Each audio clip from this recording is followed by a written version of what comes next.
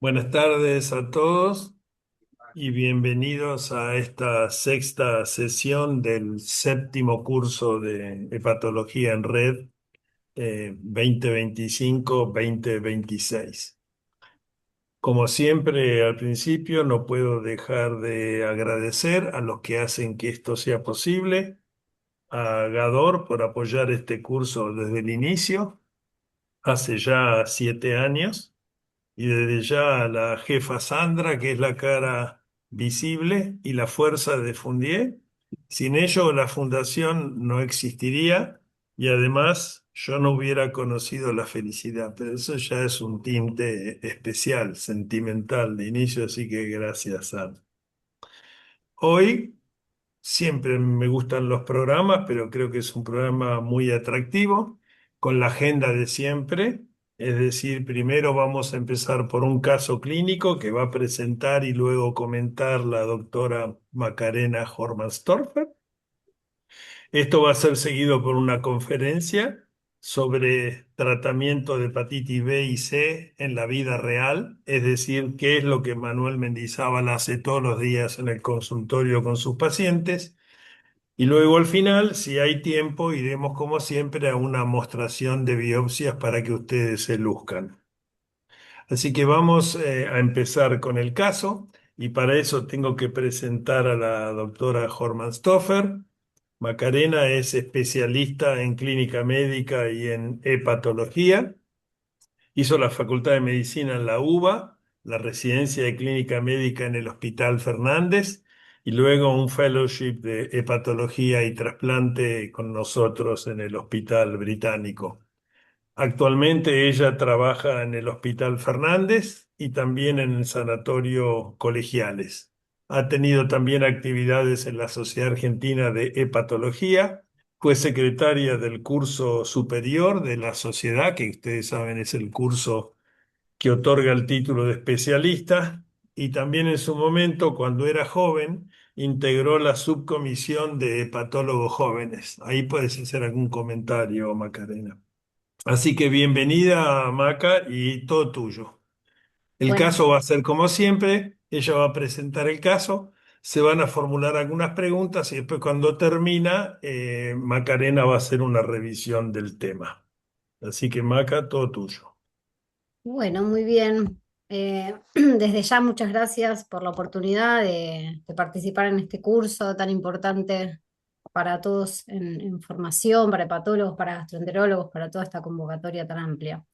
Bueno, vamos a empezar con el caso clínico. El caso clínico es un paciente con elevación de la fosfatasa alcalina. Es una mujer de 69 años de edad, jubilada, trabajo agropecuario, sin antecedentes hepatológicos ni consumo de alcohol. Una paciente con dislipemia tratada con rosuvastatina y ezetimibe desde noviembre del 2021, dos episodios de desmayo con estudios cardiológicos normales y refiere prurito moderado de 2 meses de evolución a predominio nocturno. Es derivada en junio del 2022 por una fosfatasa alcalina de 218 para un valor normal de 150. Bueno, como han hecho en otros casos clínicos, las dos preguntas que parten de esto es cuáles son las dos preguntas que deben contestarse antes de iniciar el estudio de un caso como este. La idea es que esto no es, las preguntas no son para que ustedes den examen, sino que como los casos hay que disecarlos de la A a la Z, ustedes hagan de cuenta que esta es una señora que los visita a ustedes y dice vengo por este análisis anormal, es decir, es una señora supuestamente sana que viene con un aumento de fosfatasa alcalina, como ustedes pueden ver es leve. Y entonces, ¿cuáles creen ustedes que son las dos cosas para empezar a decir lo voy a estudiar de tal forma? A ver, ¿a quién se le ocurren? Estas son dos preguntas muy, muy básicas y muy esenciales, pero muy importantes para planear el estudio. Acá dicen, me preguntaría si la FAL es de origen hepático. Bueno, esa es una de las dos preguntas, muy bien.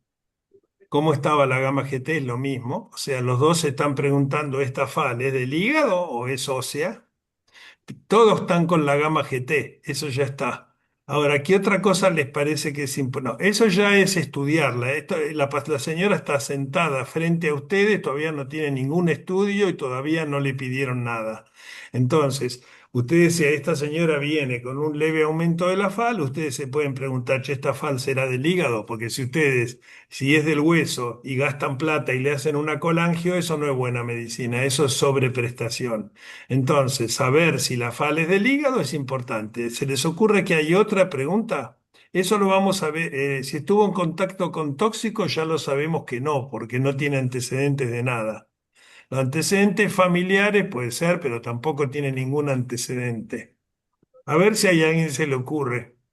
¿Qué otra cosa les parece importante? No, ictericia no tenía, no. Una cosa puede ser, bueno, ¿de qué magnitud es la FAL? Ahí la tienen, es muy poca, pero ¿qué otra cosa? Esto es ABC de la hepatología. Vamos a suponer, ahí está Soledad Cravioto, vamos a suponer que fuera cualquier análisis, una transaminasa. La pregunta es, ¿esto lo tiene desde ayer o de hace 10 años? Entonces, estas cosas vienen con la historia clínica inicial, antes de pedir ningún estudio. Así que, Maca, sigamos. Bien, perfecto. Bueno, y esas son las dos preguntas que surgieron. Si tenía algún hepatograma previo, la paciente trae estos laboratorios, abril del 2019, diciembre, septiembre, noviembre, donde pueden ver que la fosfatasa alcalina estaba dentro de valor normal, y una ST-ALT también dentro de valor normal. Y surge este laboratorio de mayo del 2022 con 218 de FAL y enzimas AST-ALT normales. La otra pregunta, como se hizo la audiencia, es si esta FAL era de origen hepático, y así es, tenía una gamma GT de 110 por encima del valor normal. Bueno, entonces, es una mujer sana de 68 años, con incremento reciente de la fosfatasa alcalina, con un valor menor a 2 veces el valor normal, de origen hepático, con prurito de 2 meses de evolución, con un laboratorio de junio del 2022 que tenía una fosfatasa alcalina de 323, una gamma GT elevada y enzimas normales. ¿Qué estudios solicitarían para continuar el estudio de esta alteración del hepatograma con este patrón colestásico? Y acá viene la segunda pregunta que tiene que ver con la práctica de la medicina. Eh, ¿Por qué? Bueno, porque algunos médicos, a los pacientes les encanta que le pidan estudios, esto ya lo sabemos. Cuanto más estudios le piden a un paciente, más está contento el paciente. Y cuanto más diplomas cuelguen en la pared, aunque sea un curso pedorro de ping-pong, a los pacientes les gusta. Entonces, hay médicos que le piden todo a todos y hay médicos que dicen, no, yo voy a mí me gusta más generar alguna hipótesis y estudiar al paciente de forma escalonada, es decir, paso a paso. Entonces, en una mujer que viene con un análisis anormal y un poco de prurito que tampoco era tan importante, ¿cuáles son los estudios que ustedes le pedirían para empezar? Esta es una paciente de Buenos Aires que puede venir la semana que viene, es decir, no es una paciente de que viene de Estados Unidos y dice háganme todo, es una paciente de consultorio asintomática, casi asintomática. Entonces, ¿qué le solicitarían a alguien? Como pueden ver, la FAL es real y tiene más que en el estudio inicial. ¿Qué le pedirían para empezar? Bueno, acá hay un montón de cosas. La ecografía, sin duda la ecografía, la ecografía y mitocondrial, o sea que está muy bien. Todo lo que ustedes solicitan está muy bien. Bueno, dale, Maca. Vamos a ver. Entonces, creo que hay un micrófono abierto. Si es una ecografía que es normal, tenía otras ecografías previas que eran normales.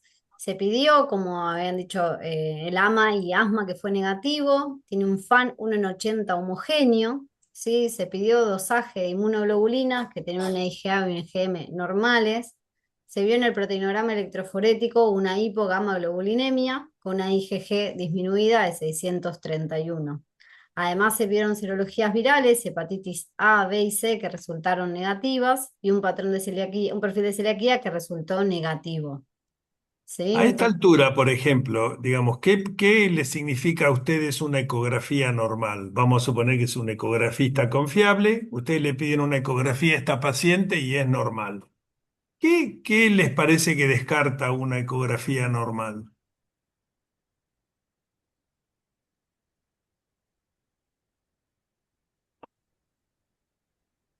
Colestasis extrahepática, digamos, obstrucción de la vía biliar, Me parece muy bien. Eso es uno de los grandes capítulos. No la descarta 100% porque uno puede tener patología biliar y no tener vía biliar dilatada, o uno puede tener una colangitis esclerosante y que la vía biliar esté esclerosada y no se vea bien en la eco, pero en principio la eco va en contra de que la paciente tenga una patología biliar concreta. ¿Y qué otra cosa les parece que descarta una ecografía? Algo que comúnmente aumenta la FAL, ¿qué otra cosa? Sí, litiasis es todo lo mismo, litiasis, obstrucción biliar, etcétera. La eco lo que busca es vía biliar normal o dilatada.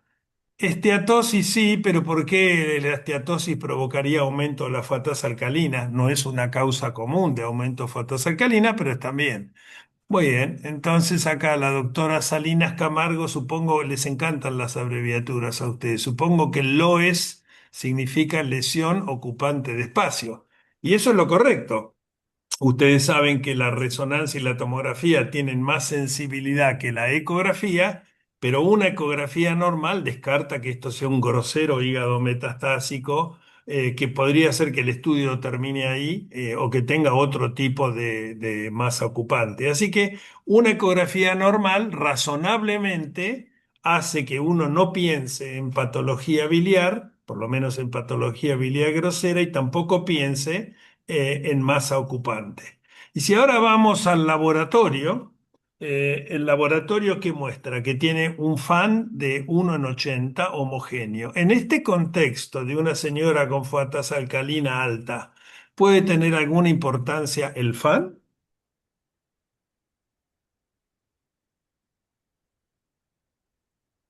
A ver, esta pregunta es un poco más específica. Esta es una mujer con aumento de la fatasa alcalina. Tiene un mitocondrial negativo y tiene un FAN, digamos, 1 en 80 con un patrón homogéneo. El FAN en este caso sirve para algo, no sirve para nada.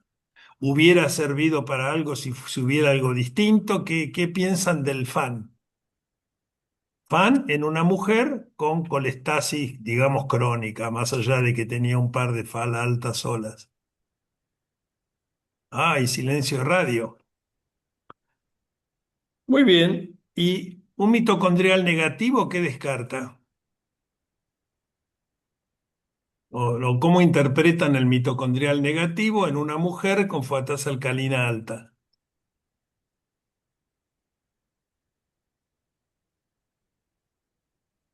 Descartar hepatitis autoinmune. Yo hepatitis autoinmune con transaminasas normales no conozco. Bueno, ahí alguien dice que la señora puede tener una CBP y que el AMA sea negativo, eso está muy bien. O sea, en principio la eco normal descarta esas cosas, un mitocondrial negativo aleja, pero no descarta el diagnóstico de CBP. Pero no me contestaron lo del FAN. O sea, la señora tiene mitocondrial negativo y FAN positivo. Un título bajón. ¿Alguien quiere hacer algún comentario? Superposición. No, eso es rebuscado ya a esta altura. Bueno, lo que ustedes, antes de que empiecen a delirar con otras cosas, vayamos a lo simple. Bueno, ahí está, el doctor Montes tira la respuesta.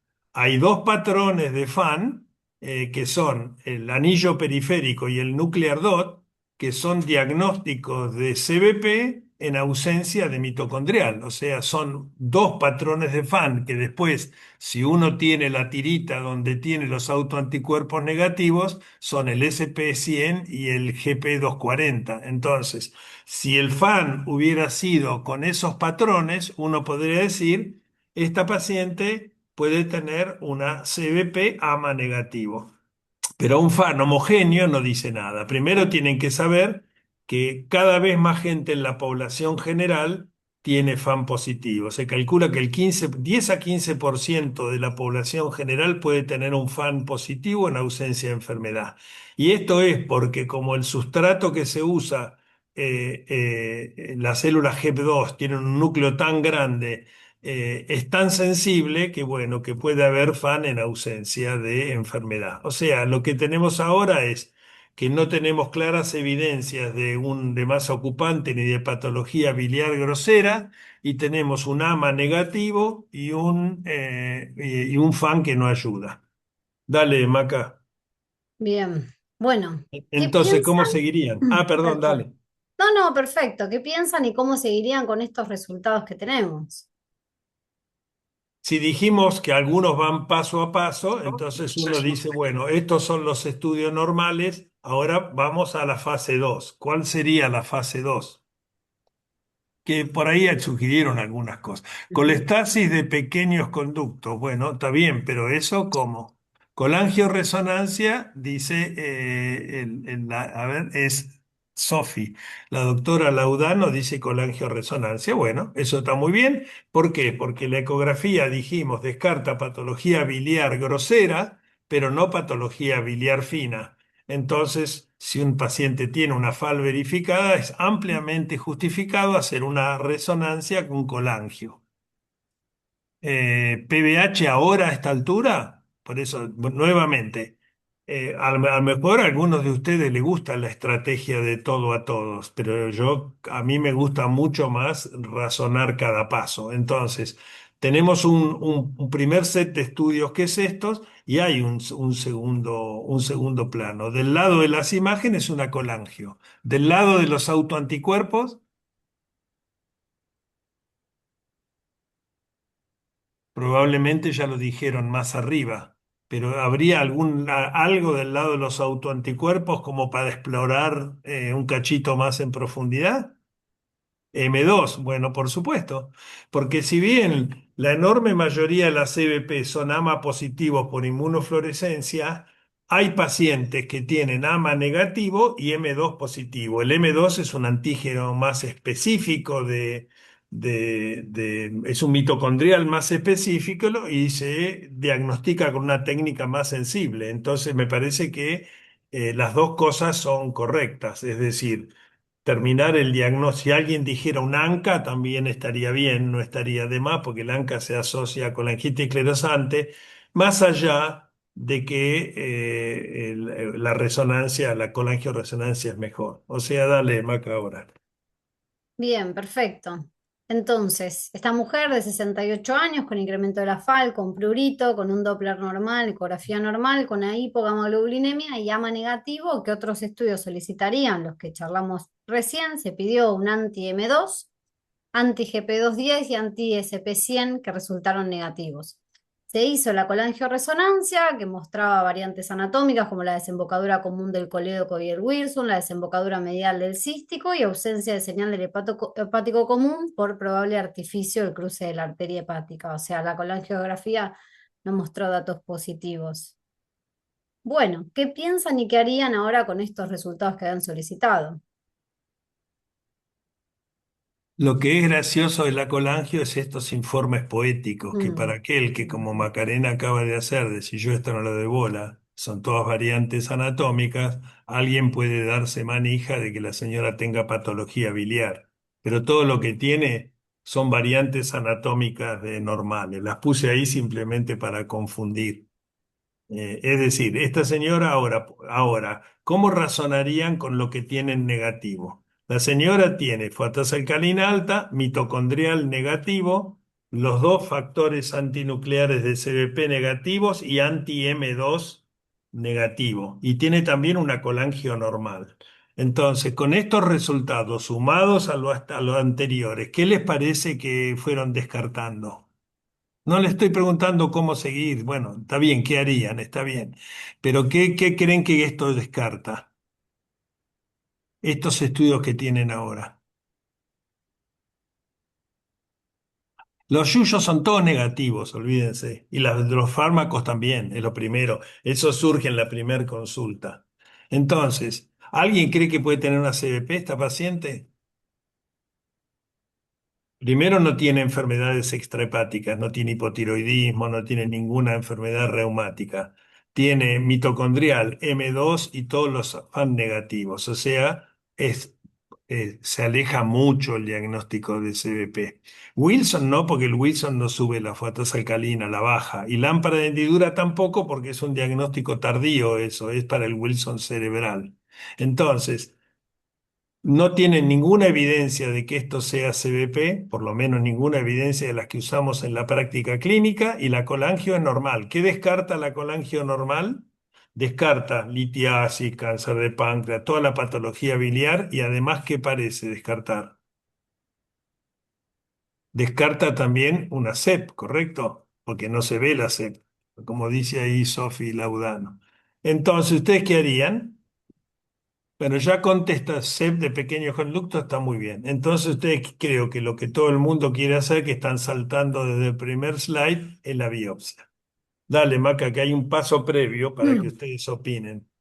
Bien, bueno, entonces de estos diagnósticos vamos a plantear ahora cuál les resulta más atractivo, y ir repasando lo que habíamos charlado antes, la CBP con AMA negativo, la CEP de pequeños conductos, otras colestasis crónicas como puede pasar en la sarcoidosis o la ductopenia esencial, patologías infiltrativas microscópicas como la granulomatosis, linfoproliferativas, amiloidosis, la eritropoyesis extramedular, entre otras. Esto es simplemente para ver qué piensan ustedes, porque les vamos a mostrar lo que tiene la paciente, pero para ver simplemente qué olfato tienen, qué les gusta. No sirve un país donde Caputo está contento. Se realidad. ¿Entendés? Y el presidente felicita. Ya está. Muy bien, Nancy Cordero dice, pero te jugaste a dos puntas muy distintas, CBP AMA negativo o amiloidosis. Yo creo que CMP AMA negativo es muy poco probable que la paciente tenga, por todo lo que les dije antes. No tiene ninguna enfermedad autoinmune asociada, no tiene osteoporosis, hipotiroidismo, ojo seco, nada, y tiene, tiene AMA, M2 y los antinucleares negativos. Puede ser, para eso le hicimos la biopsia. Eh, Amiloidosis infiltrativas micro significa todo lo que no es infiltraciones que se ve en la eco o en la resonancia. Metástasis, tumores. Microscópicas significa que el hígado está infiltrado por algo, granulomas, linfoma, amiloide, lo que usted, eritropoyesis, pero las imágenes son normales, por eso se llaman microscópicas. Patologías infiltrativas microscópicas tenés una, dos, tres, cuatro por lo menos y más. Por eso ahí no se están jugando a nada. Alguien escribió amiloidosis, está bien, es una de las infiltrativas.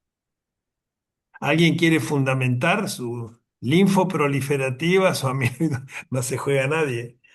Alguien quiere fundamentar, por ejemplo, CBP con AMA negativo no parece. CEP de pequeños conductos puede ser, pero es un perro verde, es raro. Otra colestasis crónica, la sarcoidosis hubiera cantado por el pulmón. La ductopenia esencial puede ser. Generalmente tienen MAFAL, pero eso puede ser. Y de las patologías infiltrativas, no sé si alguna tiene algún elemento para sospecharlas. Las granulomatosis generalmente dan fiebre, generalmente son infecciosas, pero bueno, puede ser. Las linfoproliferativas, un linfoma puede empezar por el hígado, pero tampoco es lo más común. La amiloidosis puede dar un montón de cosas. La eritropoyesis extramedular es rara. ¿Alguien quiere rescatar algo de la historia clínica inicial para fundamentar qué patología infiltrativa tiene? La paciente tiene una patología infiltrativa. ¿Había algo en la historia como para sospechar alguna de ellas? ¿Recuerdan la hipogamaglobulinemia que la paciente tiene y el déficit IgG? ¿Para qué gustaría? Bueno, Maca, dale, todo tuyo. Terminá y viene tu Bueno. comentario.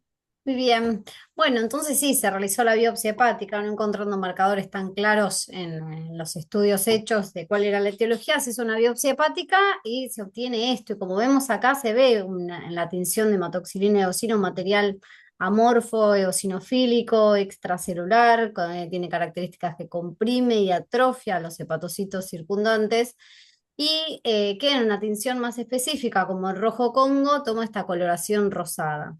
Se hace una inmunohistoquímica con anti-A negativo y cadenas kappa y lambda no concluyentes. Antes que siga, Maca, fíjense, yo estoy señalando, no sé si se ve el puntero, lo que quedan, esta patología se va metiendo en los sinusoides, va matando los hepatocitos por compresión. Así que fíjense lo que son los cordones de hepatocitos comprimidos por el amiloide. Es una patología de reemplazo hepático que va dejando al hígado sin hígado. Bueno, dale, ahora Bien. Bueno, yo me tomé el enseñanos un atrevimiento poco de más. señalar con mi flecha lo que vos decías, pero No, no supongo que importa. mi flecha sí se Se ve. ve, es en el lado de la izquierda que Bien. se ve como Sí, los sí, sí, cordones sí. son finitos porque Bien está todo finito. reemplazado.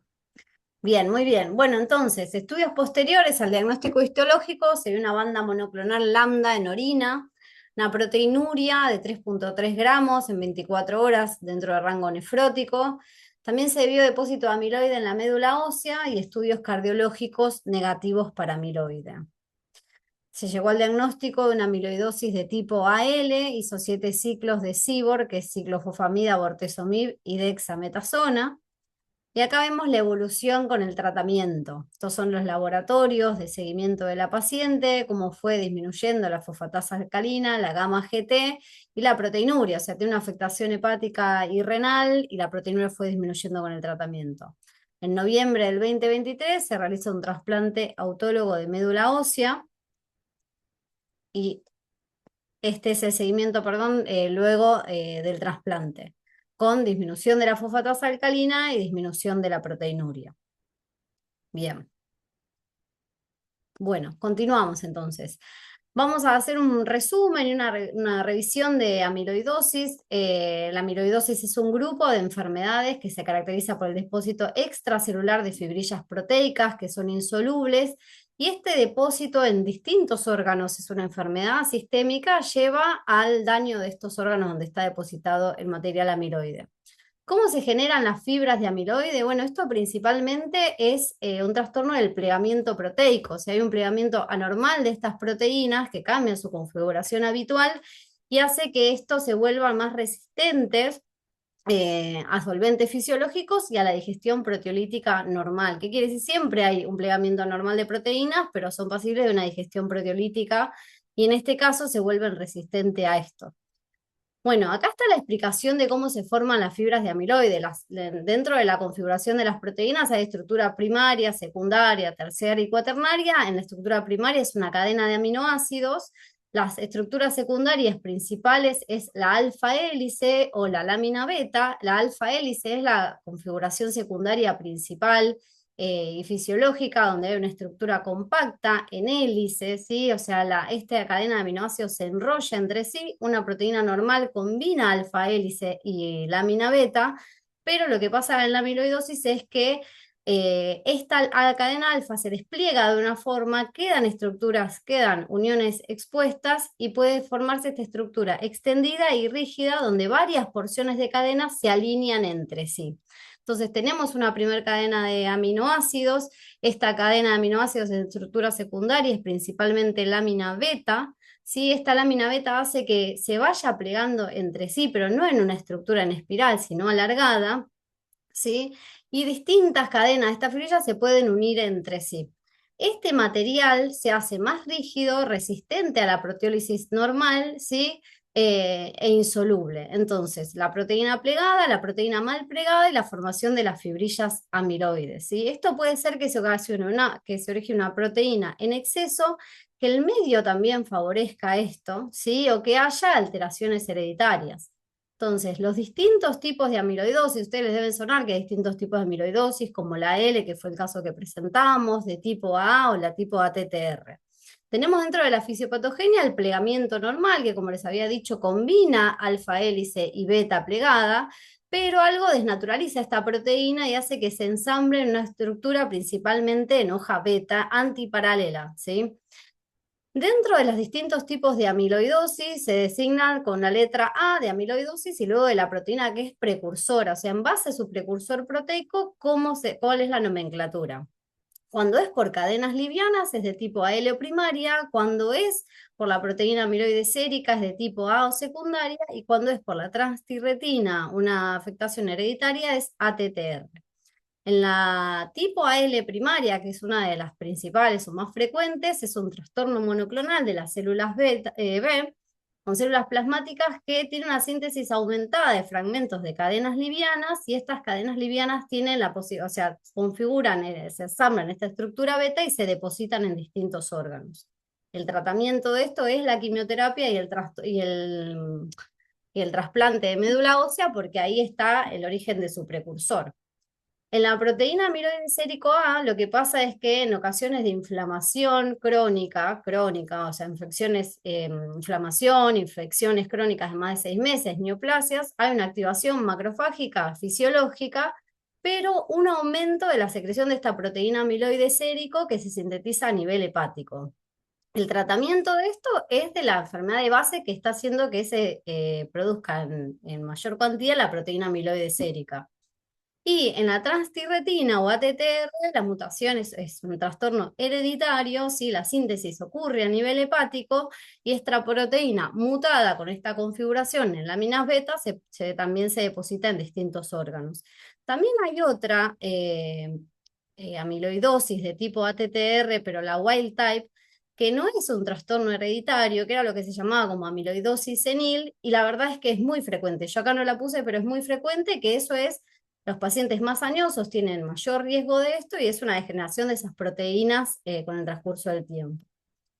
¿Cuáles son las causas de la amiloidosis secundaria? La verdad que un montón. Es una enfermedad, dentro de todo, poco frecuente. Mismo en Argentina habrán escuchado, pero fue el 28 de febrero, el Día de las Enfermedades Poco Frecuentes, y la amiloidosis está incluida en estas. Yo la verdad que lo único que vi amiloidosis secundaria fue una paciente con una pielonefritis crónica, que después tuvo un síndrome nefrótico, una paciente que no era diabética ni tenía factores de riesgo para eso, y una amiloidosis secundaria, una pielonefritis crónica. Entonces, trastornos inflamatorios, infecciones crónicas o neoplasias aumentan el riesgo de tener una amiloidosis de tipo secundaria.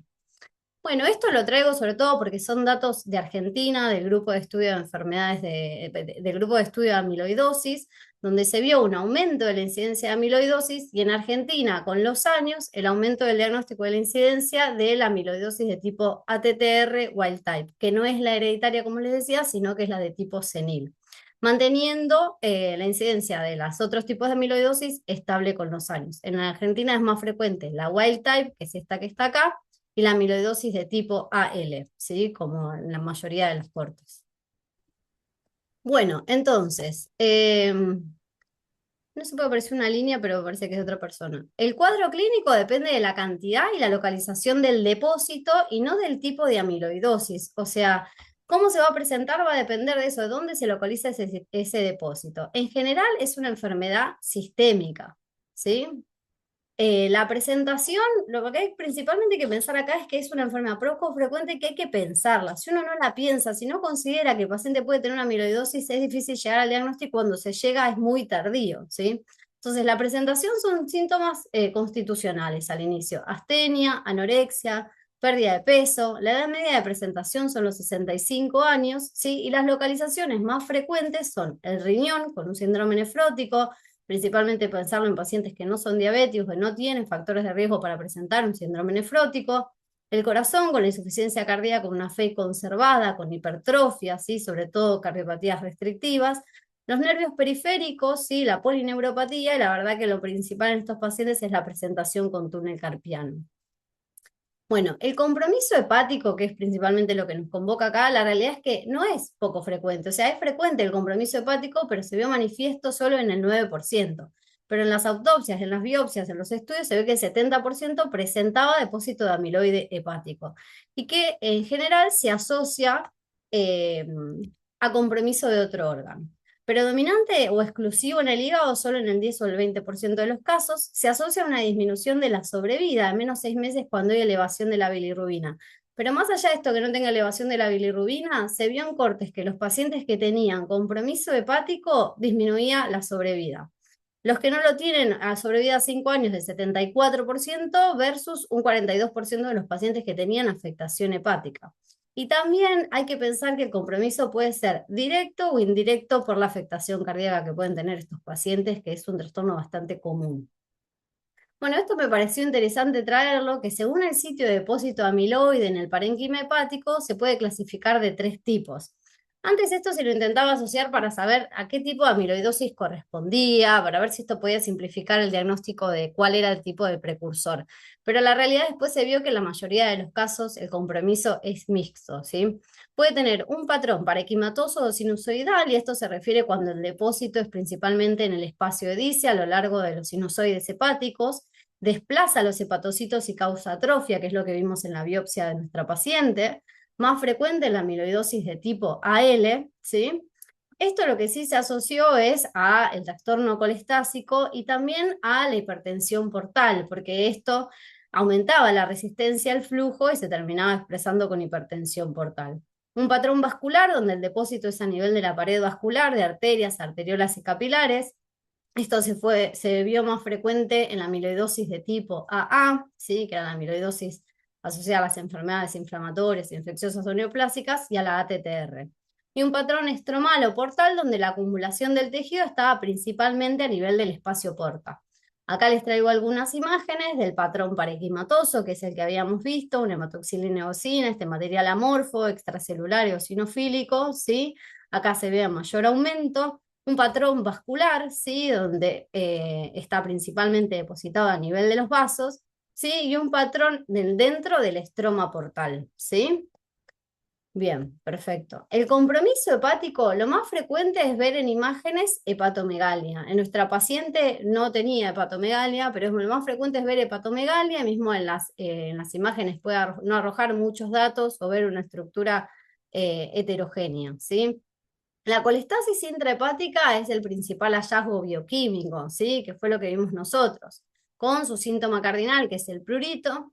El 5% presenta ictericia, que puede ser marcada con una bilirrubina mayor a 20 miligramos de decilitro, asociándose a mal pronóstico. Y la realidad es que sí, se asocia a muy mal pronóstico de semanas los pacientes que debutan con ictericia por una amiloidosis con compromiso hepático. Así que la verdad es que ver un paciente con amiloidosis con ictericia, ella sabe que se asocia a muy mal pronóstico. La hipertensión portal, como les contaba recién, con el depósito principalmente sinusoidal, con la disminución del lecho sinusoidal, el incremento de las resistencias y de la hipertensión, entonces podemos ver pacientes con ascitis, con varices esofágicas, ¿sí? Y la ascitis puede deberse también a un síndrome nefrótico, ¿sí? Y a la insuficiencia cardíaca. Eso obviamente el físico-químico de ese líquido nos va a orientar cuál puede ser el origen. Y FibroScan con valores de cirrosis reportados en casos clínicos, ¿sí? Otro de los hallazgos puede ser la insuficiencia hepática, esto es debido al reemplazo masivo por amiloide. La gran mayoría de los casos tienen un curso subagudo, ¿sí? Como menos frecuente la enfermedad veno-oclusiva, la ruptura hepática, Buchiari, todo eso la verdad es que está descrito en la literatura. Por eso es dentro de las patologías como la gran simuladora, porque bueno, vos tenés patomegalia, colestasis, hipertensión portal, enfermedad veno-oclusiva, la ruptura hepática, o sea, es muy amplio el diagnóstico, por eso es una enfermedad que uno tiene que poder pensarla o sospecharla. El compromiso hepático severo, ¿cuáles son estos marcadores de mal pronóstico? Como les decía, principalmente la ictericia, ¿sí? La hipertensión portal, la ascitis y la insuficiencia hepática, que habíamos hablado que en general es de curso subagudo, ¿sí? Bueno, el diagnóstico es un desafío porque, como vimos, no hay un marcador en el laboratorio fidedigno o específico de amiloidosis. Entonces, la biopsia se vuelve el gol estándar. ¿La biopsia de qué? Principalmente del órgano que tenga mayor afectación, ¿sí? Sí, se reportó como un aumento del riesgo de sangrado en las biopsias de pacientes con amiloidosis. Por eso deben haber escuchado que en la amiloidosis a veces se hace la biopsia de la grasa abdominal o biopsia de las glándulas salivales. Eso tiene una sensibilidad del 70-80% descripta, ¿sí? Y son sitios con un sangrado menor, entonces antes de punzar órganos sólidos se propone la biopsia de tejido subcutáneo o de las glándulas salivales. Pero cierto es que si uno tiene muy manifiesto el compromiso de un órgano, va a tener mayor sensibilidad esa biopsia, ¿sí? Nuestro caso, la paciente principalmente tenía colestasis, por eso se fue hacia la biopsia hepática. Y acá vemos otras imágenes de este depósito de una sustancia que es acelular, que es eosinofílica, que es amorfa, ¿sí? Y vemos este patrón sinusoidal de depósito principalmente, se veía más claro en el anterior, aunque acá también se ve este colapso de atrofia de los hepatocitos, el patrón vascular.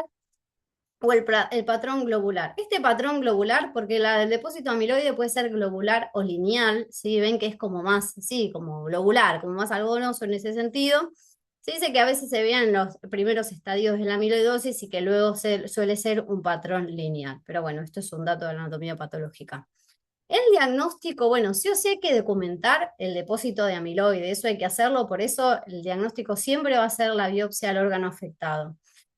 En la hematoxilina leucina se ve este depósito amorfo, pero la tinción principal es la tinción rojo Congo, donde vemos que ese depósito toma una coloración más rosada y en la luz polarizada este depósito genera esta birrefringencia. La tinción de rojo Congo, el rojo Congo es como un derivado de una anilina y lo que hace esta configuración, o sea, más allá de cuál sea el tipo de precursor del amiloide o el tipo de amiloide que se está depositando, todos comparten esta configuración en hoja beta. Esta anilina, este rojo Congo, lo que hace también es unirse a esas láminas beta, intercalarse entre estas láminas, entonces la tinción es muy específica y por eso se utiliza para el diagnóstico. Otra tinción es la de tioflavina cuando no es concluyente el rojo Congo o la microscopía electrónica donde se miden las fibrillas y se ven fibrillas no ramificadas de 7 a 10 nanómetros y eso también ayuda al diagnóstico porque no siempre es tan concluyente, ¿sí? Y lo fundamental es saber la etiología y para esto se utiliza la inmunohistoquímica o la espectrometría de masas, ¿sí? Para saber cuál es el precursor proteico porque nos va a cambiar francamente el tratamiento de esto, ¿sí? Entonces ahí vemos con la inmunohistoquímica las distintas tinciones de cuál es el precursor proteico, como habíamos dicho, o la proteína amiloide sérica, o las cadenas livianas, la beta 2 microglobulina que se asocia en los pacientes en diálisis, la amiloidosis TTR, ¿sí? O la ApoA1, para saber cuál es el precursor y cuál es el mejor tratamiento. En cuanto al tratamiento de la amiloidosis de tipo AL, va a ser disminuir la disponibilidad de este precursor de las fibras amiloides, las cadenas livianas, vimos lo del esquema de CIBOR, ¿sí? Con el bortezomib, que es un antiproteasoma de segunda generación, y hoy en día también como primera línea el daratumumab, ¿sí? Como un inmunomodulador, ¿sí? Esto vio que tiene buena respuesta, es el tratamiento de primera línea. No hace mucho se incorporó el danatumumab, el bortezomib lo que tenía era mucha neurotoxicidad y los pacientes que ya tenían túnel carpiano y demás tenían esta toxicidad por el bortezomib. El danatumumab viene a reemplazar un poquito esto, con una buena respuesta y con puente al trasplante autólogo de médula ósea. En cuanto a los trasplantes de órganos sólidos en la amiloidosis de tipo AL, bueno, la principal indicación va a ser el trasplante de médula ósea. Estos son distintos, o sea, son trasplantes de órganos sólidos, pero siempre el tratamiento del trasplante de médula ósea al paciente lo va a requerir. En cuanto al trasplante hepático, con un número de 9 trasplantes, pero con una sobrevida al año y a 5 años, la verdad es que muy baja.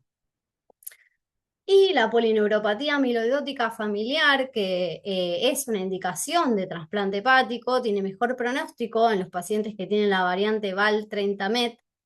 Hay que considerar en estos casos el trasplante dominó, no sé si lo habían escuchado alguna vez, pero el trasplante dominó es estos pacientes que tienen amiloidosis ATTR en trastorno hereditario, que generan esta proteína mutada de la síntesis hepática, tienen un hígado funcionalmente, o sea, una síntesis conservada, pero que genera esta proteína mutada. Entonces, en pacientes que tienen indicación de trasplante, tal vez pacientes añosos con hepatocarcinoma, que no podrían estar esperando mucho tiempo un trasplante, se puede utilizar el órgano de estos pacientes con amiloidosis ATTR, ¿sí? Dárselo a otro paciente que está en una situación delicada de su lista de espera.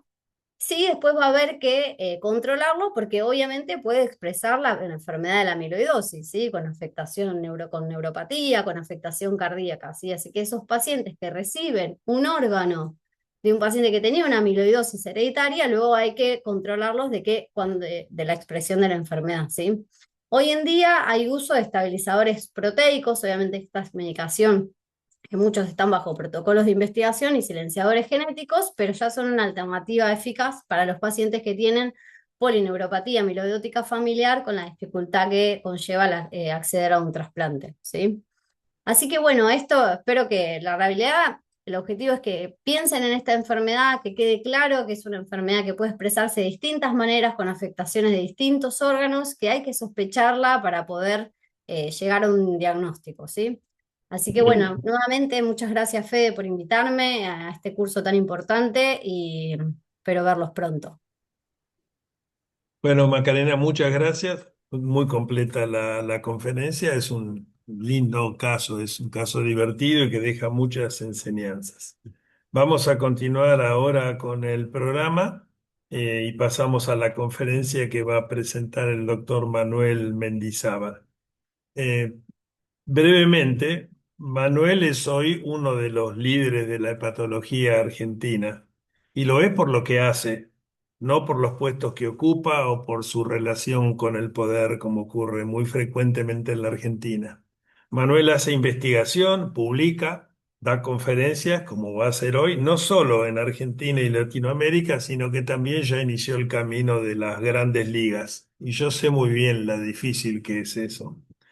Manuel hizo la carrera y la residencia en el Hospital Austral, luego hizo un fellowship en Estados Unidos de hepatología, también con mucha exposición al trasplante, teniendo como mentor a mi muy buen amigo Raj Reddy, que es una gran persona y un amigo de la Argentina, además de ser un muy valioso hepatólogo.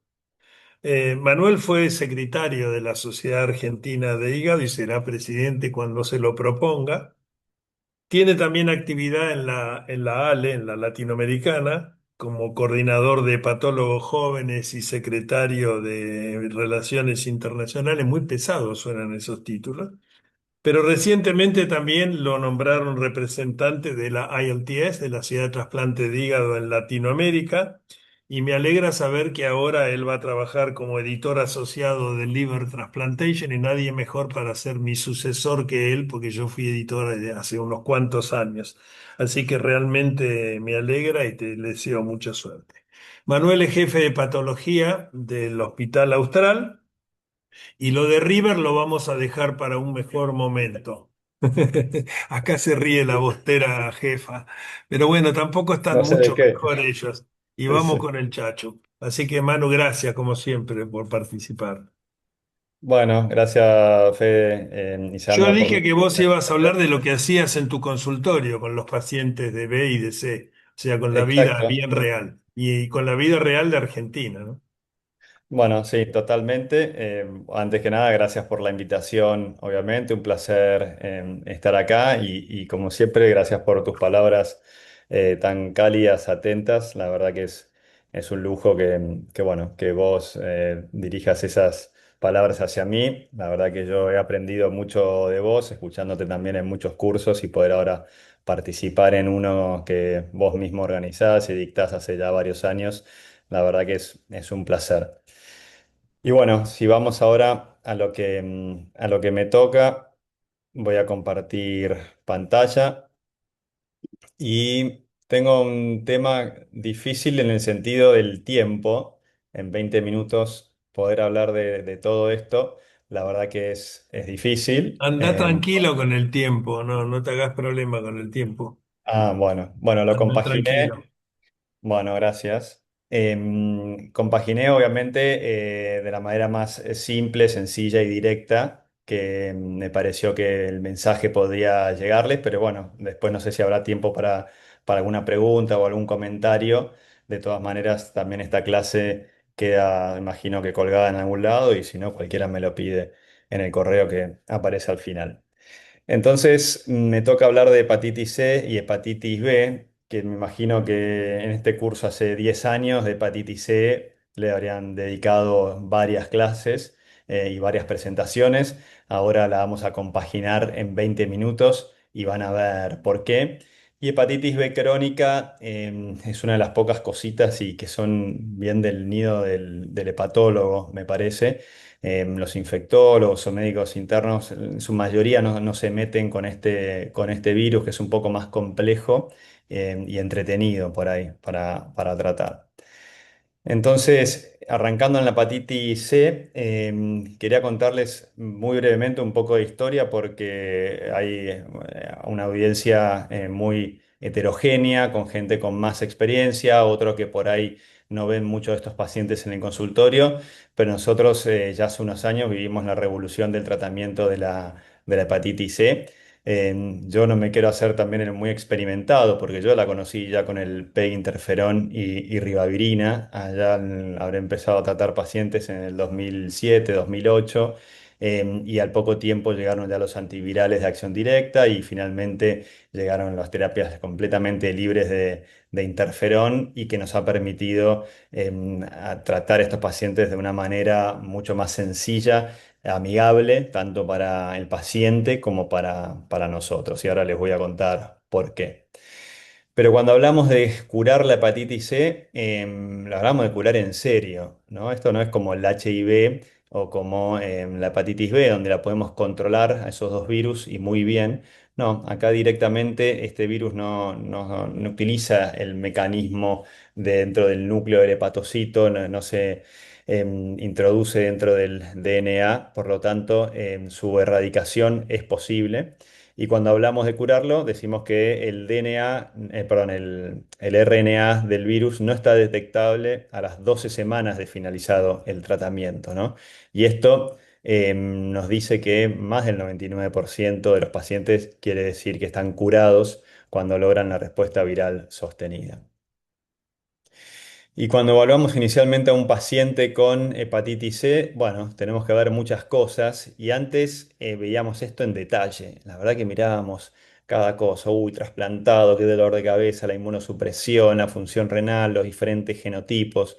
Bueno, todo esto ha cambiado estrepitosamente. Algunas cosas sí tenemos que revisar y mirar antes de tratar a un paciente con hepatitis C crónica, pero van a ver que esto es mucho más sencillo y les voy a mostrar por qué.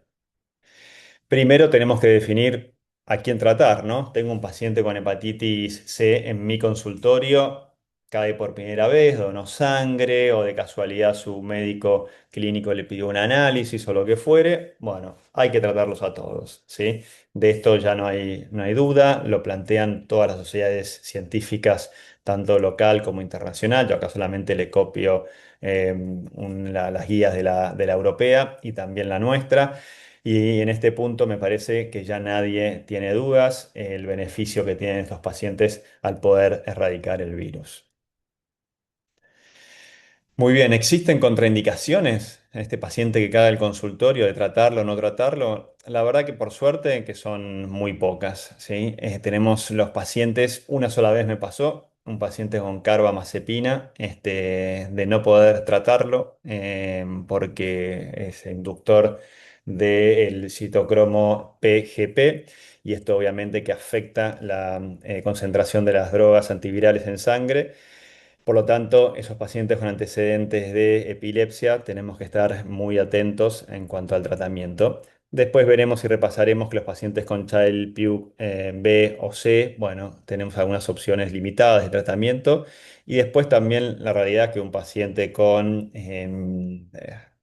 un tumor avanzado, que por la quimio le detectan la hepatitis C, pero sabemos que no tiene mucha expectativa de vida, no tiene sentido tratarlo, ya que la sobrevida la va a dictar su enfermedad oncológica y no tanto su enfermedad hepática.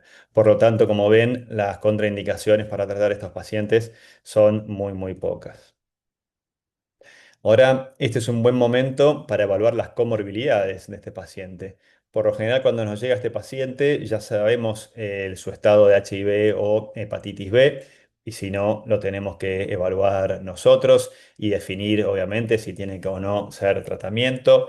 Si el paciente aprovechamos también para ver serologías de A, además de la B, y eventualmente vacunarlo. Esto es un dolor de cabeza si nosotros erramos y nos olvidamos de no tratar o de no vacunar a un paciente que ha pasado con nuestro consultorio y acá ya me voy de la hepatitis C. Viene por un quiste, viene por hígado graso. Las serologías para las hepatitis las tenemos que pedir siempre. Obviamente revisitar el consumo de alcohol y de otras drogas ilícitas, ¿sí? Eventualmente el manejo de adicciones, eso también es súper importante. Tenemos que buscar e interrogar, ¿sí? No esperar que el paciente nos diga por manifestaciones extrahepáticas del virus C, las más comunes, las las infecciones, perdón, infecciones no, las glomerulopatías, que eso lo veremos en la función renal, también enfermedades dermatológicas como el líquen plano, podemos ver obviamente si el paciente tiene adenopatías o no, bueno, preguntar un poco de eso también. Momento para repasar interacciones medicamentosas, repasar la lista de medicaciones del paciente y ver si realmente necesita todo lo que está tomando, y el omeprazol es un buen ejemplo de ellos, por ejemplo. Y también, según la población que estamos tratando, el riesgo de reinfección es súper importante, ¿sí? Las parejas también hay que evaluarlas y testearlas para la hepatitis C, si bien no es el método de transmisión más frecuente el sexual. Así todo es importante hacerlo, ya que algún riesgo existe.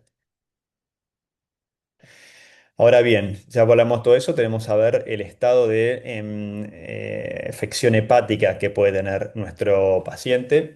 Y esto lo voy a decir ahora para hepatitis C, pero va a aplicar para hepatitis B, ¿no? No voy a repetir de vuelta la estadificación de fibrosis en hepatitis B. Y esto es esencial en todos los pacientes, ¿no? ¿Por qué es eso? Porque obviamente si el paciente tiene cirrosis, esto aumenta la urgencia de tratamiento y puede afectar el esquema, ¿sí? Básicamente porque si es descompensada, vamos a ver que no vamos a poder usar un esquema. Y el uso de ribavirina ya es discutido si es necesario o no. La verdad que yo creo que hoy día debe ser muy difícil conseguir ribavirina en Argentina. Y en pacientes con cirrosis, como les decía, evaluar los eventos de descompensación hepática previa, ¿sí? Si el paciente ha tenido ascitis, por ahí ahora ya está resuelta, o algún episodio de encefalopatía u otra cosa que le llame la atención. Y esto también nos dice, como veremos más adelante, una vez que el paciente se cura, la necesidad de seguirlo en el post-curación, en el post-RBS. ¿Y cómo podemos evaluar la fibrosis? Bueno, contamos con la elastografía hepática, ¿sí? Un punto de corte de más de 12,5 kilopascales ya nos habla de cirrosis. Después tenemos las pruebas serológicas que también son muy amigables. No voy a dar el fibrotest porque hay que pagar y yo creo que ya en Argentina es muy difícil conseguirlo, pero el APRI o el FIB4 yo creo que no son tan usados como deberían, y no tanto por ahí por los hepatólogos. Yo creo que esto ya debería expandirse un poco más también a los médicos clínicos, y tiene muy buen valor predictivo negativo para descartar cirrosis, que ahora les voy a presentar. Y la ecografía abdominal también es muy útil. Cualquier paciente con hepatopatía crónica debe tener en el momento de su evaluación inicial una ecografía. Si bien la sensibilidad es baja, va a ser útil. Obviamente en cirrosis avanzada vamos a ver un hígado heterogéneo, micronodular, y obviamente que esto nos va a decir si hay que evaluar y buscar un hepatocarcinoma. Obviamente si hay ascitis, ya las cosas son mucho más sencillas, o circulación colateral. Y la biopsia rara vez es utilizada. ¿Y por qué rara vez es utilizada la biopsia? Para estadificar fibrosis en un paciente con hepatitis C, la verdad que no es tan necesario, a no ser que estemos sospechando alguna otra enfermedad concomitante, una enfermedad autoinmune, una esteatohepatitis. Y como ven en la biopsia, estos esquemáticos, ¿no? Pero la realidad es que sí es un procedimiento invasivo, lógicamente, hay que meter una aguja en medio del abdomen, si bien es muy seguro, algún riesgo de complicación existe, como un hematoma. Hay variabilidad interpatólogos, también no es perfecto. Si bien este método es el gol estándar, no, a veces los patólogos tampoco se ponen de acuerdo entre ellos. Y hay cierto error de muestreo. Como saben, la fibrosis no afecta de manera homogénea al hígado, entonces uno puede introducir la aguja en un área de mayor fibrosis o de menos fibrosis y también dar un sesgo. Obviamente este mismo sesgo existe para los métodos no invasivos, para el FIB4 o el APRI, pero bueno, esos dos no son invasivos, y son baratos, básicamente porque lo hacemos nosotros. ¿Y por qué les hablo tanto del APRI? Por ejemplo, un cálculo muy fácil, fíjense, TGO sobre plaquetas por 100, porque tienen un corte tanto bajo como alto, una sensibilidad y especificidad muy, muy amigable. Fíjense, si el APRI es menor a 0,5, la posibilidad de que el paciente tenga fibrosis avanzada mayor o igual a 2 es del 18%. Está bien, no es un porcentaje menor, pero más importante si miramos el punto de corte hacia arriba. Si tiene el APRI mayor o igual a 2, la posibilidad que tenga cirrosis es del 94%, y que en este caso es lo que nos importa a nosotros, porque lo que nos cambia la ecuación para el tratamiento y para el seguimiento es el paciente con cirrosis. Y con el FIB4 sucede más o menos lo mismo, con un punto de corte de 3,25. Así que como buenos médicos interesados en la hepatología, me imagino que todos deben tener bajado los calculadores en su teléfono. El MD Calc es uno de los más utilizados y como ven acá es muy sencillo poner los numeritos y que enseguida nos diga el valor de corte. Ya con el paciente con la fibrosis evaluada, tenemos que chequear también las interacciones. Antes se usaba mucho porque obviamente las drogas eran diferentes, los antivirales que nosotros utilizábamos y eran más interactivos con otras drogas. Ahora, afortunadamente, los dos regímenes que tenemos hoy día son muy amigables y por lo general no resta ningún tipo de complicación. Por ahí el omeprazol, lo mencioné antes y lo vuelvo a mencionar, porque yo creo que el 80% de los pacientes que toman omeprazol o algún prazol, un inhibidor de bomba, en la gran mayoría está sobreindicado. Así que eso es un buen momento de revisar si el paciente realmente tiene que estar recibiendo eso o alguna otra medicación.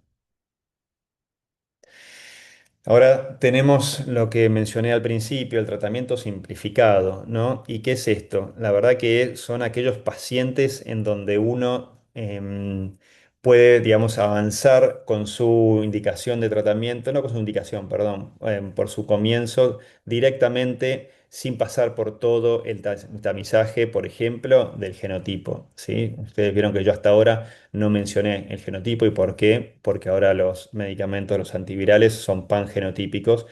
Otro punto importante es que muchos indican que el seguimiento puede cambiar y eso también tenemos que estar atentos en esa valoración inicial, ¿no? Entonces, ¿qué paciente es candidato para un tratamiento simplificado? Es aquel paciente que no me importa el genotipo, puede estar coinfectado pero bien controlado con el VIH, no tiene que tener cirrosis y pacientes con cirrosis compensada, Child A, que nunca se descompensó, bueno, ahí también podrían entrar en este grupo. Entonces, este paciente, si vamos al ejemplo, consulta en el consultorio, trae la carga viral que es positiva, entonces decimos, bueno, ya a este paciente le calculamos el APRI, el FIB4, vemos que no tiene valores elevados, decimos, bueno, podemos tratar.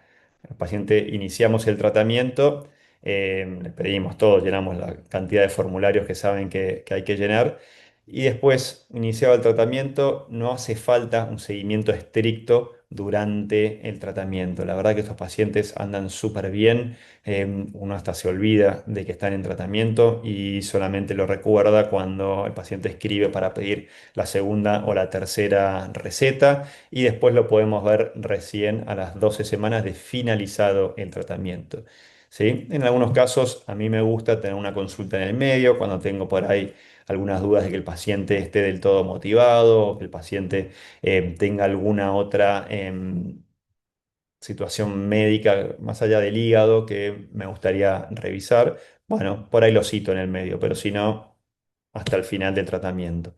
¿Y quiénes son no candidatos para el tratamiento simplificado? Bueno, ya el que no es respondedor previo al tratamiento con algún antiviral, por suerte son muy pocos, pero bueno, acá tenemos que ver otras opciones, ¿sí? Cómo retratar a estos pacientes. Y acá ya me estoy enfocando que estos pacientes no candidatos al tratamiento simplificado, por lo general tienen que estar por lo general no, tienen que estar en seguimiento y en evaluación ya por un hepatólogo con experiencia en tratamiento de hepatitis, porque la situación se puede poner un poco más compleja. Pacientes coinfectados con hepatitis B, si bien es muy infrecuente que el paciente con hepatitis B crónica tenga reactivación del B durante el tratamiento, puede pasar y es algo que hay que ir monitoreando también durante el tratamiento. El paciente con cirrosis compensada, pero que tenga enfermedad renal avanzada, también hay que estar mirándolo. Ni hablar del paciente con descompensación hepática presente o pasada. Ya ahí nos metemos en otro camino y hay que ver si no tenemos que evaluarlo para trasplante. Las embarazadas, la verdad que uno puede esperar a que tengan el parto y eventualmente tratarla, hay que ver la urgencia. pero en este caso hay que evaluar riesgos-beneficios. El paciente con hepatocarcinoma o el paciente trasplantado hepático también tiene que ser en seguimiento por un médico especialista. ¿Qué opciones tenemos? Bueno, dentro de las múltiples variables que tuvimos en todos estos años, hoy contamos con dos Fórmula 1, el Epclusa, que es la combinación de sofosbuvir y belpatasvir. Es un comprimido por día durante 12 semanas sin interrupción. Si el paciente saltea una dosis, bueno, no es que al otro día tiene que tomar dos para recuperar, le decimos, bueno, recomenzá, pero está claro que si el paciente es inconstante en la toma de la medicación y está bien demostrado, tiene obviamente más chance de generar resistencia. Y si bien esto puede suceder, la verdad que así todo, con salteos de alguna dosis, ya hay estudios que muestran que así, que a pesar de ello, la medicación sigue siendo efectiva, pero obviamente no es algo que vamos a comentarle a nuestros pacientes. El Maviret también es muy efectivo. Acá tenemos un inhibidor de proteasa, el glicapebril, y el pibrentasvir, que es un inhibidor NS5A, como el belpatasvir. Y son tres comprimidos por día, en este caso, ¿sí? Juntos con comidas, ya que la grasa facilita su absorción. Y este tiene la ventaja que es de 8 semanas en comparación con el Epclusa, que son 12 semanas, ¿no? Uno es un comprimido, el otro son 3, pero por menos días, así que bueno, a gusto del consumidor. Les comento nuevamente que el glecapebril es un inhibidor de proteasa, entonces no se los damos a los pacientes con cirrosis Child B o C porque tienen, al metabolizarse en el hígado, tienen mayor riesgo de descompensación. Este es un resumen que, bueno, tiene un poco de todo lo que dije, que básicamente lo traigo como para tener todo en una sola diapositiva. Y la primera es lo que estuvimos hablando hasta ahora, ¿no? Evaluar la cirrosis, calcular el FIB4, determinar la tasa de filtración glomerular, conciliar la medicación, evaluar interacciones, etcétera, etcétera, etcétera, ¿no? Y siempre educar al paciente y aprovechar también para prevenir el consumo de alcohol y charlar sobre los posibles mecanismos de reinfección. ¿Qué hacer durante el tratamiento? Esto es lo que recomiendan un poco las guías. La verdad que, como dice el punto 3, ¿no? No se requiere monitoreo de laboratorio para otros pacientes, a excepción esos pacientes con, acá dice hipoglucemiantes, en realidad son pacientes que tengan una diabetes muy descontrolada. Y aquellos anticoagulados también podríamos tener algún apoyo. Ahora, como yo les decía, a veces los cito, a veces los llamo y a veces los veo cuando termino el tratamiento para pedirle la carga viral de semana 12 post tratamiento.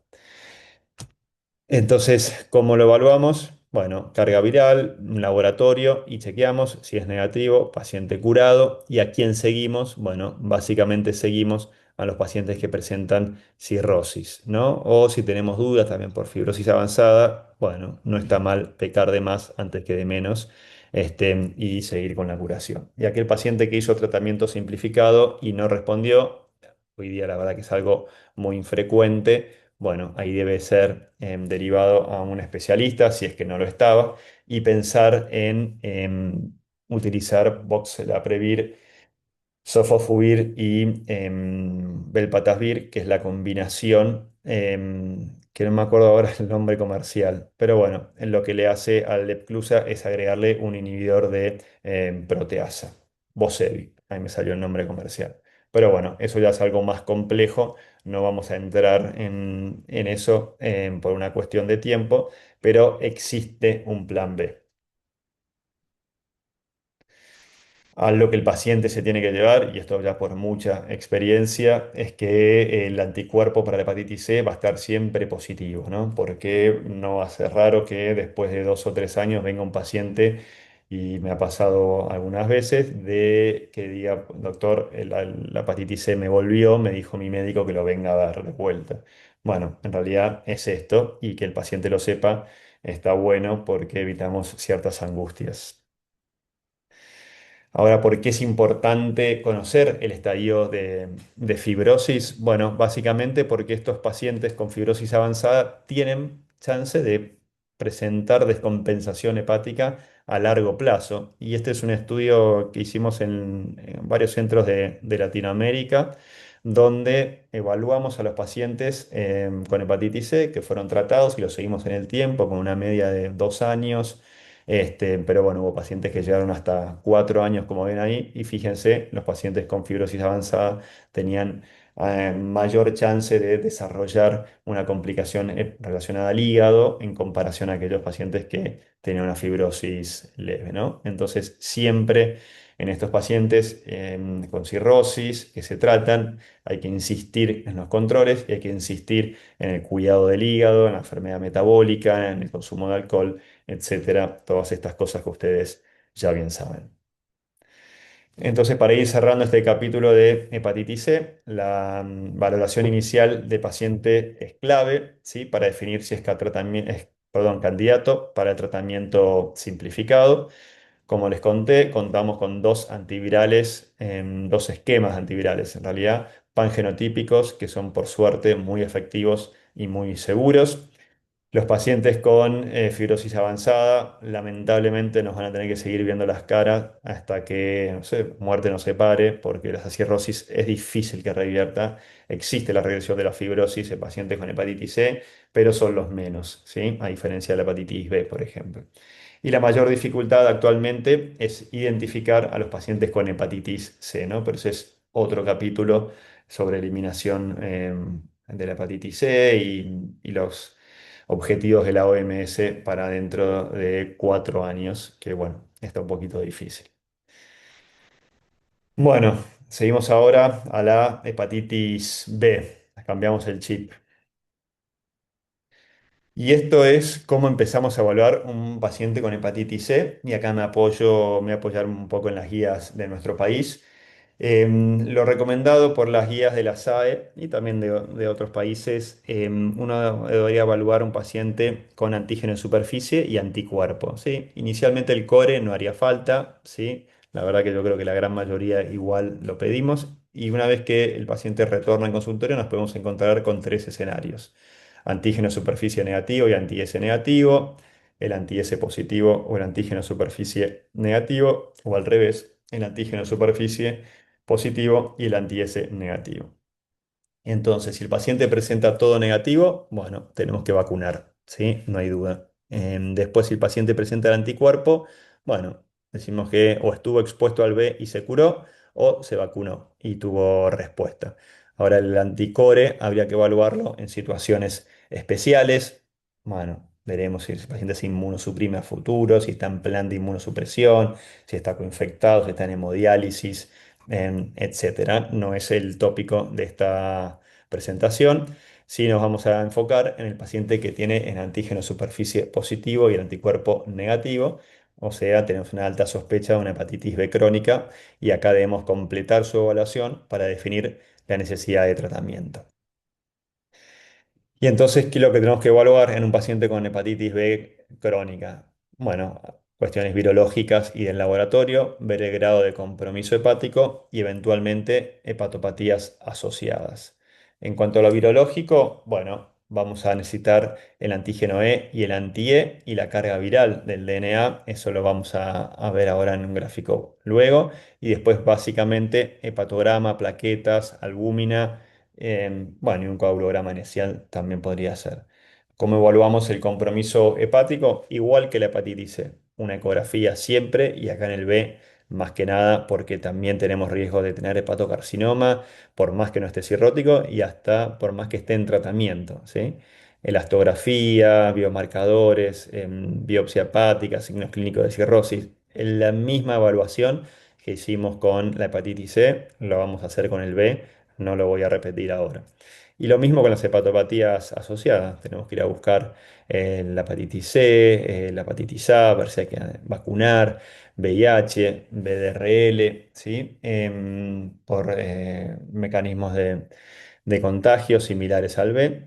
Y la hepatitis delta, la verdad que yo acá no lo hago rutinariamente, lo hago básicamente en pacientes que tienen una evolución tórpida, en puntos que me llaman la atención, en pacientes que por ahí inicio tratamiento y no responden, o que tienen enzimas por ahí muy altas. Bueno, ahí indagamos un poco más. y las hepatopatías asociadas, como el alcohol y esteatosis, básicamente. Y después interrogar, es importante, la historia familiar de hepatocarcinoma en pacientes que tienen familiares, más que nada la madre, con hepatitis B. No solamente hepatocarcinoma, sino cirrosis. Se ha visto que estos pacientes tienen mayores chances de tener hepatocarcinoma o cirrosis si es que su familiar directo también lo tuvo. Bueno, virológico y laboratorio. Este gráfico ya trillado, refritado y bueno, mostrado ya en varias facetas. Lo vuelvo a hacer yo acá porque la verdad que me parece que es muy claro, ¿no? Entonces tenemos, esta es el curso evolutivo de una hepatitis B crónica. No quiere decir que los años que estén ahí sea exactamente cómo evolucione la hepatitis B o que realmente tenga que pasar por todas estas fases. Pero bueno, queda de una manera elegante y nos ayuda a entender un poco el ciclo de este virus. Entonces, los pacientes con hepatitis B los tenemos que dividir primero en dos grandes grupos, ¿no? Antígeno E positivo o antígeno E negativo, ¿no? Y después, ¿qué más tenemos que mirar? El DNA del virus y la TGP o ALT. ¿Por qué? Porque esto nos va a hablar en qué estadio está el paciente, ¿no? Tenemos estos, acá están los nombres por ahí previos. Actualmente, ahora las fases se ha tratado de simplificar y esto lo han propuesto los europeos y está cada vez más en aceptación. Es más amigable y más sencillo, ¿no? Aquellos pacientes con hepatitis con antígeno E positivo lo podemos dividir en infección crónica o hepatitis crónica, o antígeno E negativo lo dividimos en infección crónica o hepatitis crónica. Hepatitis es itis, inflamación, sea el órgano que fuera, ¿sí? En este caso es el hígado. ¿Y por qué hay inflamación? Porque tenemos que las enzimas suben y fíjense, no de casualidad están las transaminasas altas y el DNA bajo. ¿Por qué es esto? Porque hay mucha necrosis celular, que no es el virus que es citotóxico, sino que es nuestro propio sistema inmune atacando a esa célula, tratando de llegar al DNA de ese hepatocitos, se lleva todo puesto, destruye el hepatocito, se liberan las enzimas, esto crece, hace crecer o aumentar las transaminasas en sangre y disminuir la carga viral. ¿Por qué? Porque hay más destrucción de hepatocitos y si se destruye el hepatocito no se replica el virus, ¿no? Entonces es por eso esta variación. Suben mucho las enzimas, baja el DNA, bajan las enzimas, sube el DNA porque el virus se puede replicar más fácilmente. Después, cuando el paciente logra, ¿sí? Pasar ya a la fase de la seroconversión, pasar a la fase anti-E, entramos en una fase latente, que es donde vemos, yo creo, la gran mayoría de nuestros pacientes en Argentina, ¿no? Una buena comunión entre el virus, entre el receptor y el huésped, con una infección crónica estable, con DNA bajito, transaminasas prácticamente normales, y después hay momentos de un poco más de ruido donde el sistema inmune intenta golpear y eliminar el virus, que lo va a hacer siempre de manera ineficaz. Ahora, en estas fases donde tenemos mayor tasa de replicación o mayor daño histológico, es donde debemos tratar a los pacientes, ¿no? Esto es muy lindo el gráfico. En la vida real esto va cambiando. Nosotros no decidimos el tratamiento de un paciente con hepatitis B por una sola evaluación, sino más bien tenemos que ver un poquito diferentes consultas, ver la película más entera, a ver cómo es la relación entre el virus y el paciente.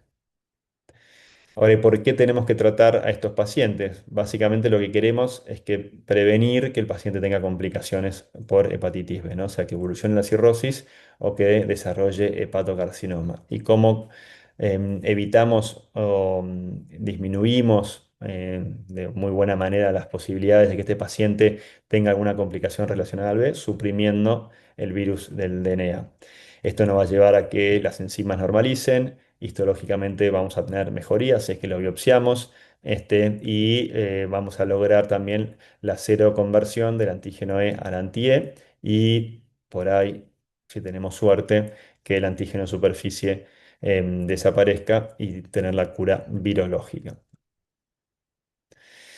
Ahora, ¿cómo tratamos a estos pacientes? Bueno, el Ministerio de Salud ha tratado de simplificar también el tratamiento de estos pacientes. Yo me gusta mostrar las cuestiones locales o trabajos también locales, por eso me apoyo un poco en esta guía. Entonces lo primero que tenemos que ver es si el paciente está cirrótico. Si lo está, bueno, cualquier valor del DNA positivo hay que tratar. Si el DNA es negativo, no. Pero cualquier valor del DNA hay que tratar. No me importa que las transaminasas estén altas o bajas, también hay que tratar si el DNA es positivo, ¿sí? Y después vamos monitoreando la respuesta, siempre vigilar para el hepatocarcinoma, evaluar la necesidad de una endoscopía, que muy probablemente necesite, y si hay eventos de descompensación de la cirrosis o presencia de hepatocarcinoma, debe ser evaluado por un centro de trasplante hepático. Mira, es la primera vez que veo que dice de transparente hepático. Bueno, si el paciente no tiene cirrosis, entonces tenemos que mirar dos cosas, como les dije antes, el valor del DNA y el valor de las transaminasas, ¿sí? Si el DNA está mayor a 2000 y las transaminasas elevadas o tiene una fibrosis moderada avanzada, bueno, podemos solicitar el inicio del tratamiento antiviral y el monitoreo es muy similar. Si el antígeno E es positivo, bueno, hay que monitorear que si logra la seroconversión al anti-E. Y la carga viral, lo ideal sería tenerla semestralmente, pero por una cuestión de costos acá es complejo. Yo en mi práctica lo pido, los veo semestralmente a los pacientes con una ecografía también, y la carga viral se las pido de manera anual. Si el paciente tiene más de 2000 de carga viral con transaminasas normales y fibrosis baja, bueno, ahí por ahí podemos evitar el inicio de los antivirales y monitorear al paciente frecuentemente, y vamos evaluando su fibrosis hepática cada 2 años aproximadamente. Ahora, si el paciente no tiene cirrosis, tiene una carga viral menor a 2000, pero tiene ALT elevada y fibrosis avanzada, bueno, hay que ver que no tenga alguna otra cosita asociada, ¿sí? Yo tengo algunos pacientes que tienen hepatitis autoinmune asociada al B, hepatitis de libro, con todo lo que tenemos que tener en cuanto a histología y anticuerpos. ¿Sí? Que embarra mucho la cancha y uno no sabe qué tratar, si los corticoides, si le damos, bueno, ahí obviamente si uno lo va a inmunosuprimir, tratamos los dos. Ver el tema del síndrome metabólico básicamente, ver el hierro también, que siempre con las hepatitis, la B y la C, es un medio un dolor de cabeza. Pero bueno, ante la duda de qué tiene el paciente, bueno, lo seguimos de cerca, lo evaluamos y lo reevaluamos hasta que tengamos un panorama más claro. Y como les dije antes, no siempre vamos a tener la respuesta en una consulta. A estos pacientes hay que seguirlo. Ahora, si el paciente tiene carga viral baja, enzimas normales, bueno, lo vamos monitoreando siempre cada 6 meses. Perdón lo largo de esta diapo, pero bueno, es la más importante en esta sección de hepatitis B. Y en cuanto a las enfermedades concomitantes, bueno, los que les acabo de mencionar, especialmente el hígado graso. ¿Y por qué menciono el hígado graso? Esto acá es un medio menjunje, ¿no? Porque la hepatitis B ahora tiene un cambio radical en cuanto a su indicación por la OMS, que básicamente la OMS genera sus guías, no solamente de hepatitis B, sino de cualquier otra enfermedad infecciosa, apuntado a países con muy bajos recursos o medianos recursos, básicamente para tratar de más evitar complicaciones ante las dificultades diagnósticas y de seguimientos que puede haber en algunos países. Entonces, si nosotros miramos esta guía, fíjense, es bastante más sencilla de lo que yo les acabo de mostrar, y nosotros debiéramos tratar a los pacientes con hepatitis B si tiene cualquiera de estos puntos, ¿no? Fíjense, fibrosis significativa mayor a o igual a 2, según APRI mayor a 0,5, o si tenemos elastografía mayor a 7, obviamente si hay evidencia de cirrosis, y esto es independientemente de los niveles de DNA o de transaminasas, ¿sí? Esto patea el tablero y expande bastante el tratamiento. Después, en aquellos pacientes con DNA elevado o transaminasas alteradas, bueno, es lo que les estaba diciendo en la diapo previa, pero lo que cambia acá es el punto de corte de transaminasas. Hombres 30, mujeres 19. Y no me importa si el laboratorio se lo hizo en Rossi, en Hidalgo o en un hospital comunitario, estos son los puntos de corte, lo cual también baja el criterio. Después, en la coinfección con VIH, Delta, C, historia familiar de cirrosis o de hepatocarcinoma no cambia. Lo que sí cambia son las comorbilidades. Si el paciente tiene diabetes o más el D, bueno, estos pacientes tienen indicación de tratamiento. Esto no estaba en ninguna de las otras guías societarias, básicamente la americana o la europea. O si tienen manifestaciones extrahepáticas, que esto sí, ya lo sabíamos. Y este otro punto interesante es en lugares, como les decía antes, con difícil acceso, especialmente a virología y a cuantificación del DNA, donde no podemos saber el resultado. Bueno, en estos pacientes que tienen el antígeno de superficie positivo y una ALT persistentemente aumentada, independientemente del valor del APRI, bueno, también tratarlos, ¿no? ¿Y por qué les traigo esto a colación? Porque después de estas guías salieron las nuevas guías europeas y la verdad que no siguen mucho a la OMS y yo creo que en parte está bien porque las guías europeas están enfocadas en países de la Comunidad Europea, donde los recursos son otros, los recursos no digo que son infinitos, pero son mucho más accesibles, entonces en estas regiones sí pueden evaluar bien y de manera detallada a todos los pacientes.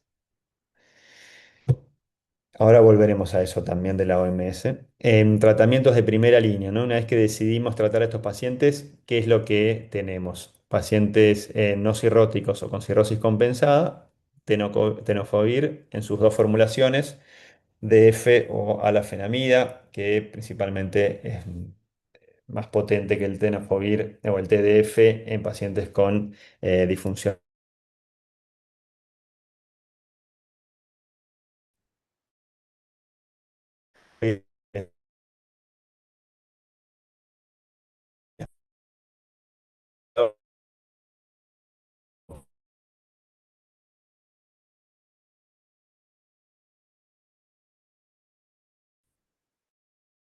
entre o tenofovir, la verdad que los dos son súper efectivos. Fíjense esta comparación en cuanto a cero conversión del antígeno E, negativización del antígeno en superficie, tanto el antígeno E.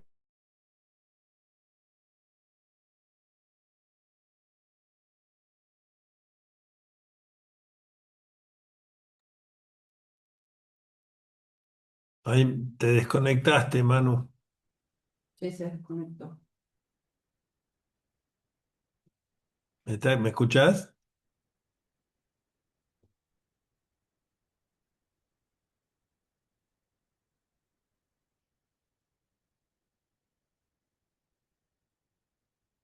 Bueno, esperemos. Me quedé hablando solo. Perdón, me quedé hablando solo. No, no hay problema. Sí, se desconectó tú. No sé en qué diapo me quedé. Estabas hablando de la europea comentando lo de la OMS. Ah, uy. Bueno, ahora vuelvo. Este, mm, Esto ya lo dijiste todo. y llegué a esto. También, ese también. Ahí es Ah, donde. bueno, bueno. Ah, bueno, entonces no, estoy bastante bien.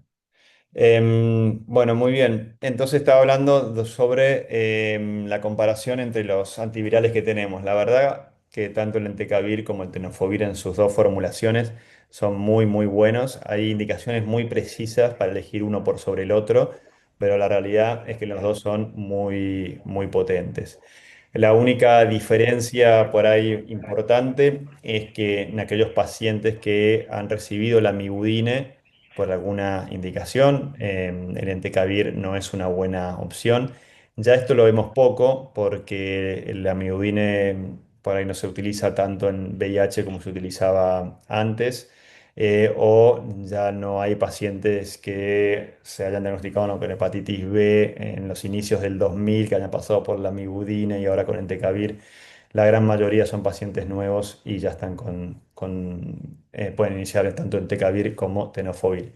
Y el otro punto importante es que el tenofovir es clase B, entonces lo podemos dar en embarazadas. Y en cuanto a los efectos adversos, la verdad que el entecavir se tolera súper bien y el tenofovir, el TDF, en realidad puede tener toxicidad renal y disminuir la mineralización ósea. Así que atentos ahí. Ahora, ¿cuáles son las ventajas entre elegir uno u otro? Bueno, esto lo traigo como para que lo tengan presente. En pacientes mayores de 60 que tengan antecedentes de enfermedad ósea, tenemos que evaluar también el grado de insuficiencia renal que pueda llegar a tener, si está en hemodiálisis o no. Bueno, ahí es donde recién vemos Sacando si esto. tenemos que dar una... ¿Se escucha bien? Sí. Bueno, Sí, Manu, ahí se escucha bien.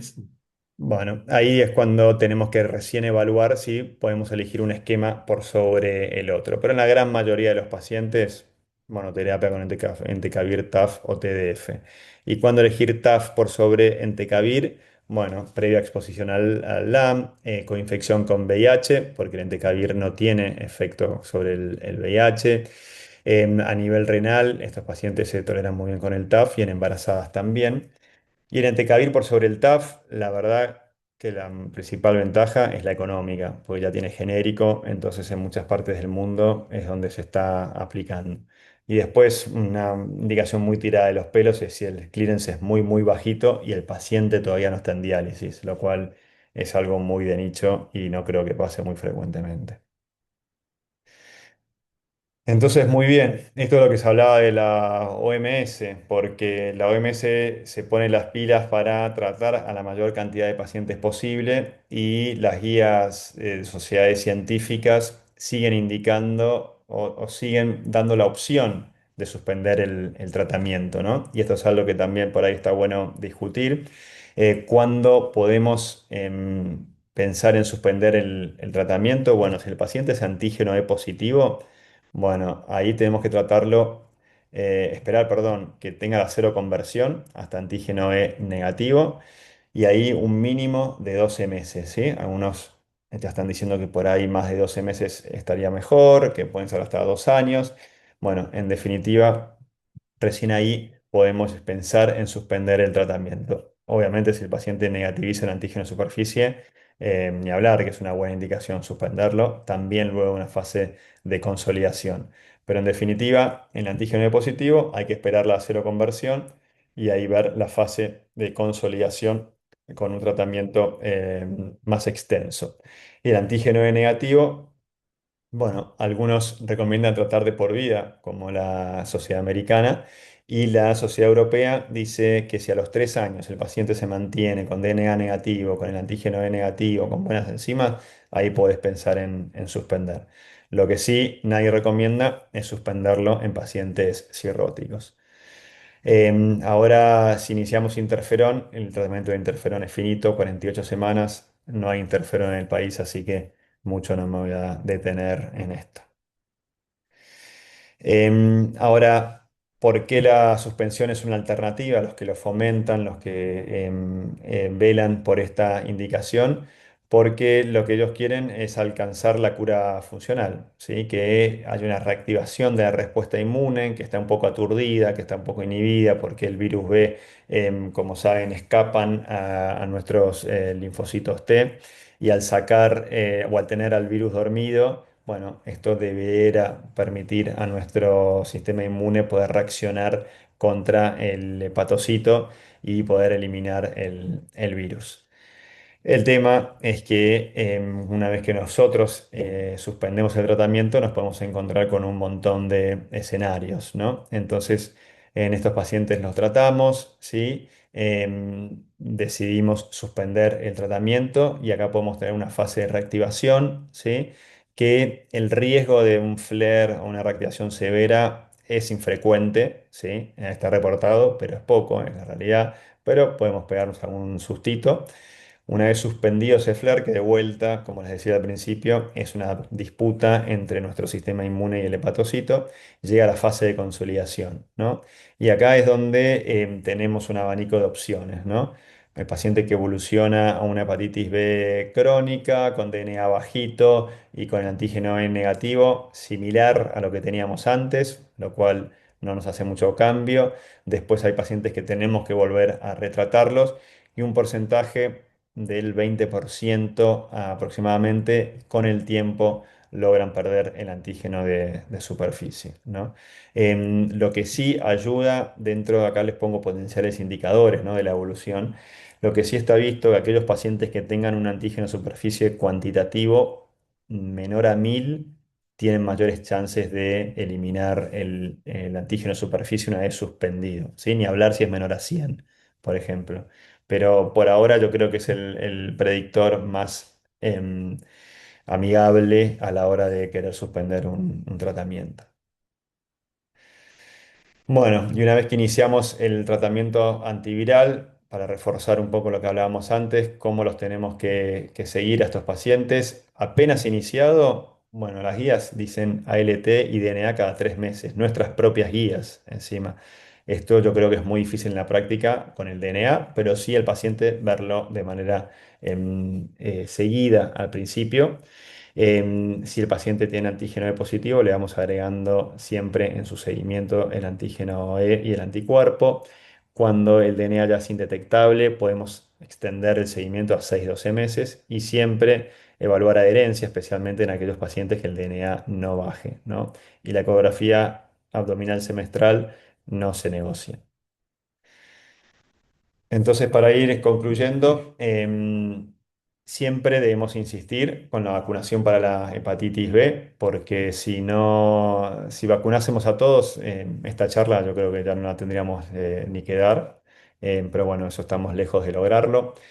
Si bien contamos con muy buenos antivirales, que son súper efectivos para suprimir el DNA, la tasa de negativización del antígeno superficie sigue siendo baja.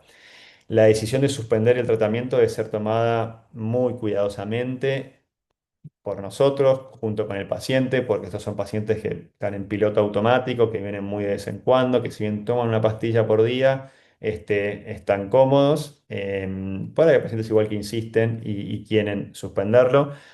¿Y por qué hay que tomar esa decisión cuidadosamente? Porque hay que volver a seguirlos de manera más cerquita, ver si tienen reactivación, si tienen flare, después del flare cómo evoluciona, ¿no? Yo creo que desde el punto de vista médico es interesante, es desafiante, ¿sí? Nos moviliza un poco, pero bueno, hay que estar atentos. Y abordamos nuevos esquemas y combinaciones para poder lograr la cura. Hay un antiviral que ya está muy avanzado, el bepirovirsen, que yo creo que dentro de poco vamos a tener novedades. Pero esto va en contramano con la simplificación del tratamiento, porque es una inyección semanal que se le suma al antiviral en aquellos pacientes con antígeno de superficie cuantitativo bajo. No sé con qué punto de corte quedará a futuro o se aprobará a futuro, pero por otro lado tenemos la OMS de tratar a todos. Entonces, acá yo quiero, bueno, creo que se genera cierta disputa. Y me parece que en definitiva uno tiene que tomar la decisión según los recursos que tengamos o que tenga ese paciente en cuanto a prepaga. Por ahí, si es esquema público, a veces es más complicado poderlos seguirlos con el DNA. Entonces, la verdad que ahí ya es un poco más desafiante, pero bueno, me gustaría también escuchar un poco la opinión de ustedes sobre este punto. Bueno, eso es todo. Ahí está mi correo por si tienen alguna pregunta o si quieren la presentación. Yo no tengo problema en compartírsela. No, no hay problema porque esto queda en el YouTube del curso, así que pueden Ah, buenísimo. accederla por ahí. Bueno, Manu, 1 millón de gracias.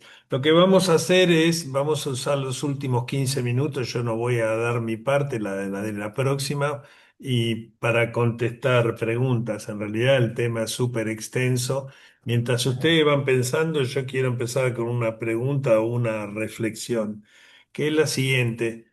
Eh, en Argentina hay muy baja prevalencia de hepatitis B y la C es más baja de lo que se pensaba en un principio. Siempre se dijo 1% en población general y en realidad nunca se demostró.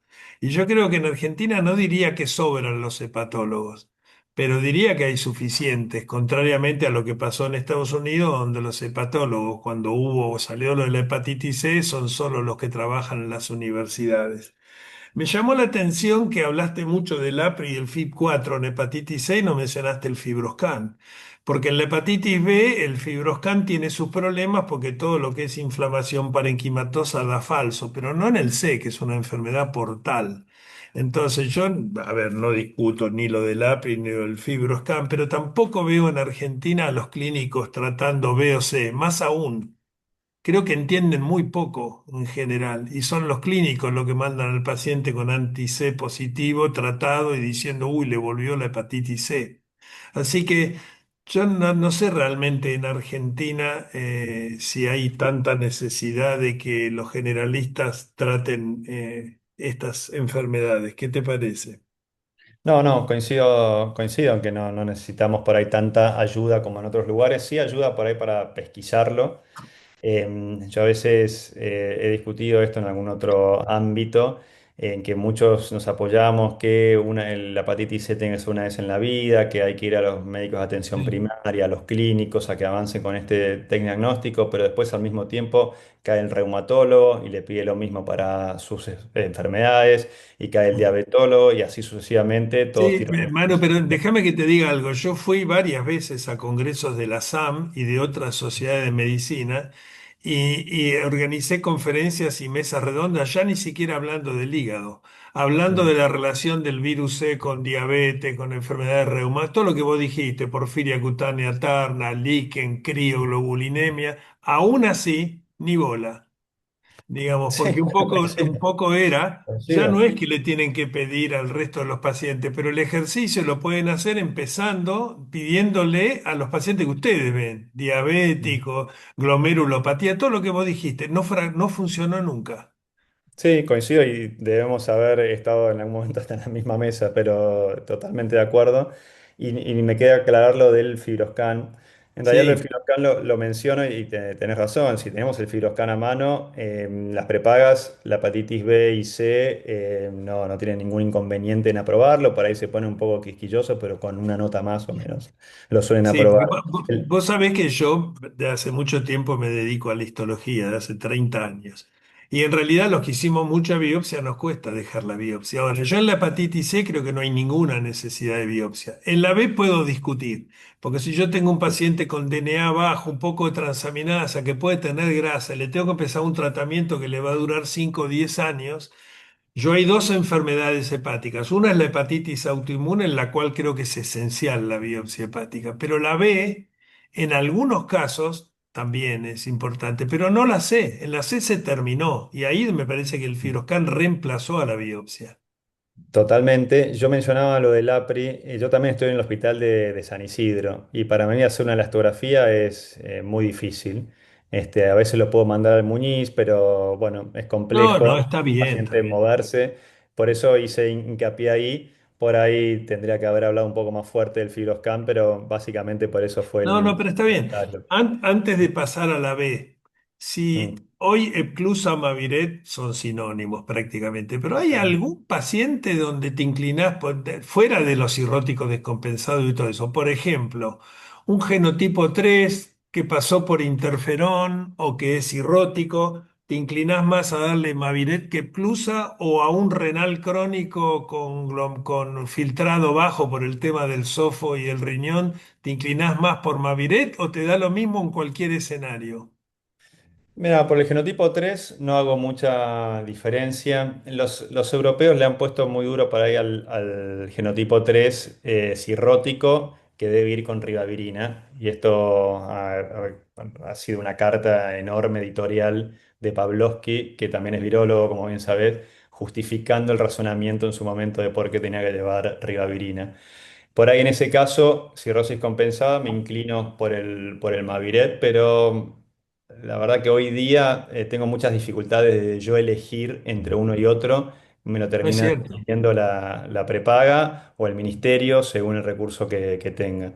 Y en cuanto a la falla renal, ahí yo prefiero sí, el Maviret y por ahí insisto un poco más porque tiene más evidencia. La verdad, si bien el Sofosbuvir se encontró que en pacientes en hemodiálisis con clearance bajo podía igual ser seguro, la verdad que la evidencia es mucho más robusta en el Maviret y yo me quedo más tranquilo en ese caso. Y una pregunta de menos importancia para la audiencia y más para mí. ¿Ustedes en Austral están tratando más pre-trasplante o post-trasplante? No, Me refiero a cirrótico pero muy C, ¿no? poco, ¿eh? Pero muy ¿Eh? poco, igual, ¿eh? Pero muy poco. Sí, muy poco. Sí, Está y bien. San Isidro también me ha bajado un montón el número de hepatitis C que llegan al consultorio. A ver. Acá hay uno, primero el doctor Marcelo Peche dice acá aguante River. Y después dice, después la pregunta es, en tu práctica, si tenés un paciente cirrótico por virus C, Child B9C10, ¿lo tratás y ves si se recompensa o lo trasplantás y después lo tratás? Bueno, tiene mucho que ver con la pregunta que yo te hice. Sí, Pero eso, que es difícil, es paciente a paciente, la verdad. Porque bueno, bueno, ya hemos hablado mucho en su breve. momento del purgatorio, Sí. y cuánto lo podemos alejar a un paciente del eventual trasplante si lo tratamos y logramos una mini recompensación. La verdad que debería ver al paciente en ese momento, porque por ahí el paciente ha tenido una PBE y ya le puedo dar la vía de excepción por la PBE y lo trato y ya lo trasplanto sin el C. Es muy relativo, Marce. La Sí, verdad pero que... igual no sé si vos coincidís con esto. Vos Mm. tomás un cirrótico B que está descompensado, lo tratás y se puede recompensar fácil Ah, porque es una sí, enfermedad muy inflamatoria, pero al C le cambia poco. Y además la discusión está en lo que vos dijiste, si lo recompensás, pero no lo curás, lo dejás con un MEL más bajo, el purgatorio, le bajás la chance de trasplante. Pero los C se recompensan mucho menos que los B en sí, general, ¿no? mucho Acá menos, hay sí, sí. una, vamos a pasar al B porque no hay otras preguntas. Acá Soledad Cravioto te pregunta que le da miedo el flare por suspensión, el anti-E positivo a los 3 años, 5 años o el... Mm. Sí, bueno, ahora Sole también. Sí, la verdad que es más que miedo, respeto por ahí, porque la verdad que es muy tratable el flare Y si después el de... paciente es no cirrótico no te asusta tanto como por eso no se le suspende nunca a los Los cirróticos. Un cirróticos. cirrótico no se Exacto. van con flare, ¿no? Sí, yo lo suspendo poco, la verdad, y los que he suspendido, yo creo que la gran mayoría ha tenido que reiniciar el tratamiento. Por ahí hay más valientes, esto lo he hablado mucho con Silvia Paz, que ellos en el MUNIC suspenden bastante a los pacientes y yo creo que por ahí con un poco más de seguimiento y ver finalmente cómo termina ese flare, lográs mayor Sí, negativización. me parece que el desafío es que cuando tenés el flare, ¿cuánto esperás antes de decir Ahí, lo retrato, ¿no? exacto. Ese me parece que es el punto. Ese es Te el hago punto dos neurálgico. preguntas finales que me parece que son de gran importancia. Primero, ¿cómo usás el antígeno de superficie cuantitativo? Si lo usás, ¿no? Digamos, me refiero a todos los días. No, en la dieta no lo uso para definir bueno, para definir la suspensión del tratamiento, últimamente no he suspendido a ninguno, pero lo utilizaría para eso. Si yo tengo un paciente con un cuantitativo menor a 1000 y ya hay evidencia de que tienen más chance, no que se van a curar una vez suspendido el tratamiento, no es que van a lograr la cura funcional, pero tenés más chances. Entonces ahí es un poquito más de fundamento para decirle al paciente, mira, podemos llegar a suspender. Si es menor a 100 ni hablar, la verdad. Decime, Ahí ¿tu laboratorio ya te tira el cuantitativo si pedís un antígeno común o lo tenés que pedir? sí. No, en el Hospital Austral lo dan automáticamente, pero después Bien, si se lo eso hace no. afuera es aleatorio. La verdad Sí. que viste, hay algunos que sí, que no. Y la última pregunta que necesitaría más que 5 minutos, que es lo que hay, porque te he escuchado hablar en otros ambientes. ¿Vos crees que algunos, vamos a decir portador sano, porque es un término mucho más fácil que todo lo de llamarlo inactivo, como quieras? O sea, Mm. un individuo con DNA muy alto y transaminasas normales que empieza a pasar el tiempo. Entonces, algunos dicen que la edad, el antecedente de HCC. La pregunta es, ¿vos tratás alguno de estos hoy en día? ¿Los biopsiás? ¿Haces algo en particular? El paciente con DNA alto y transaminasas bajas, Normales, sí, no normales, no. em, qué buena pregunta. No, los portadores sanos, como lo quieras Sí, llamar. pasa que ¿ese es con antígeno E positivo o negativo? No, generalmente son E positivos, ¿no? Ah, bueno, el inmunotolerante, sí. Son muy Sí, pocos sí, sí, los inmunotolerante. que he visto, algún asiático, Pero me así. refiero, si pasan 30 años de portador o si tiene, ¿hay algún elemento que te diga, este Sí. lo trato? Una es la actividad sexual suelen ser jóvenes, la actividad sexual del paciente, lo tomo en cuenta. Si el paciente no se cuida o no lo ve un poco irregular, ahí sugiero iniciar el tratamiento. Ni hablar si en la familia hay algún antecedente de cirrosis o de hepatocarcinoma, también lo trato. y cuando ya tiene más de 30, 35 años, me pongo un poco incómodo y sería por ahí más propenso a tratarlo. Está ya visto en algunas series largas que son más propensos estos pacientes a tener hepatocarcinoma con hígado no cirrótico. Y como bien dijiste, la hepatitis B y la hepatitis autoinmune son las enfermedades más divertidas de la hepatología, a diferencia del C, que ya dejó de ser divertida, y ni que hablar del muscle D, que es un embole. Así que para el que no hace Demasiado. research. Así que el B es una, a mí siempre más allá de que hace 50 años que lo descubrieron, sigue dando todo el tiempo sorpresas. Es un virus apasionante.